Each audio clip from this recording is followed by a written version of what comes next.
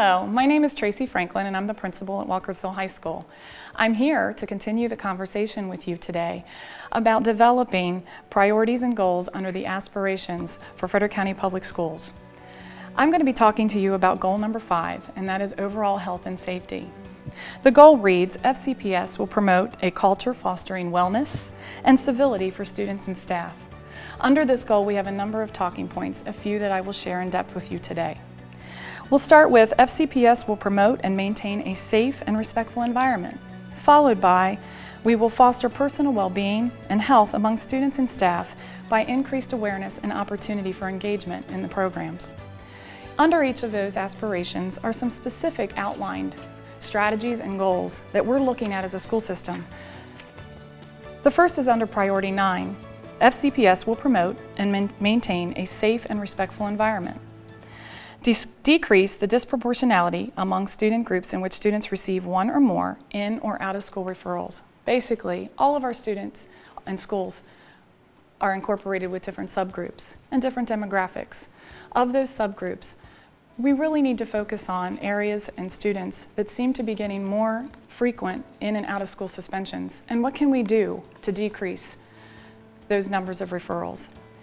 What are we doing to not only provide intervention for those students, but to really help those students make better choices? How are we getting involved with their families? How are we networking with the student and the teacher to come up with strategies for better classroom behavior? If it's unstructured times, what are the needs of these students? And what are some of the things that are trigger points that maybe are causing problems for these students so that we can move them in a more positive direction? Increase the percentage of students who agree strongly that they feel safe and respected in their school. Students will be surveyed, and through that survey, will we value the feedback? How will we make sure that our students want to come to school every day? How do we know that when they're there, they feel trusted, that they're making the best decisions, and if they're not, there's adults in the building that care about them and are going to lead them to better choices. We all know when students feel safe, attendance increases, and we'll touch on that again in just a minute. Under Priority 10, FCPS will foster personal well-being and health among our students and staff through increased awareness and engagement on these topics. We have 5 talking points under this. The first is that students feel comfortable talking to people in the building, different adults. They feel that they have someone that they can trust and that they can come to share not only academic issues, but social issues, maybe sometimes family or personal issues. It doesn't necessarily have to be a counselor or an administrator. It can be a teacher, a coach, or an assistant. Every child needs to know that there's someone in the building that they can go to, that they can hold confidentiality and trust to not only give them good advice and lead them in a positive direction, but can somehow allocate resources to help them solve not only their issues, but to move forward so that achievement stays as the goal and priority. Increase the percentage of students and staff who agree strongly that they're being assisted in making healthier choices, giving them opportunities to investigate those avenues. It's important as leaders that we not only look at what the needs of our students are, but we also need to look at the needs of our staff. Every school has a different culture, and within that culture there are different needs. We need to work together to make sure that we're taking care of each other, not just those that we lead, but those that we coexist with every day. The third one is increase the average daily attendance rate for our students. Kids learn when they come to school. It's that simple. When they come to school and they feel safe, learning increases.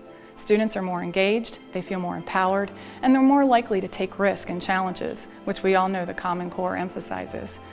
Schools with higher attendance rates overall achieve higher on standardized tests and have overall higher grade point averages. Increase staff participation in FCPS-sponsored activities. FCPS has started an initiative with a number of activities for wellness. You may have seen some of it on Twitter or Facebook. Encourage your staff not only to get engaged with things within FCPS, but within your school. Maybe you have a social committee or a climate committee that would be willing to look into other avenues of social interaction for teachers. It's important that we get to know each other, and it's important we know how to support each other in the good times and the bad. As leaders, we're challenged to provide some of those opportunities for our staff. And finally, talking point number 5 is directly related to the number of incidents that occur in a school building with bullying and harassment. This is probably one of the largest issues that we deal with, especially at the secondary level, with our students today. Social media has added another whole level to incidences of bullying and harassment among students. As teachers, administrators, and counselors, it's our job to not only support students during these incidents, but also to provide ways to inform and educate them on proper behavior and use of social media and different social networks that can often be a platform for this type of behavior. Students do perform when they feel safe. We talked about that earlier. And part of that isn't just the responsibility of adults, it's the responsibility of their peers and how they interact with each other. As a staff, you can probably pinpoint what some of your greatest needs are when it comes to bullying and harassment. Under your school climate committee, or maybe talking about it as overall culture, what are some things that you can do to decrease the number of bullying and harassment incidents in your building? And how can you support students to not only feel that they belong and have a special place within your building, but how they too can charge and change behavior and be a leader to other students on how to appropriately act, not only face-to-face, but through social networks and through social media.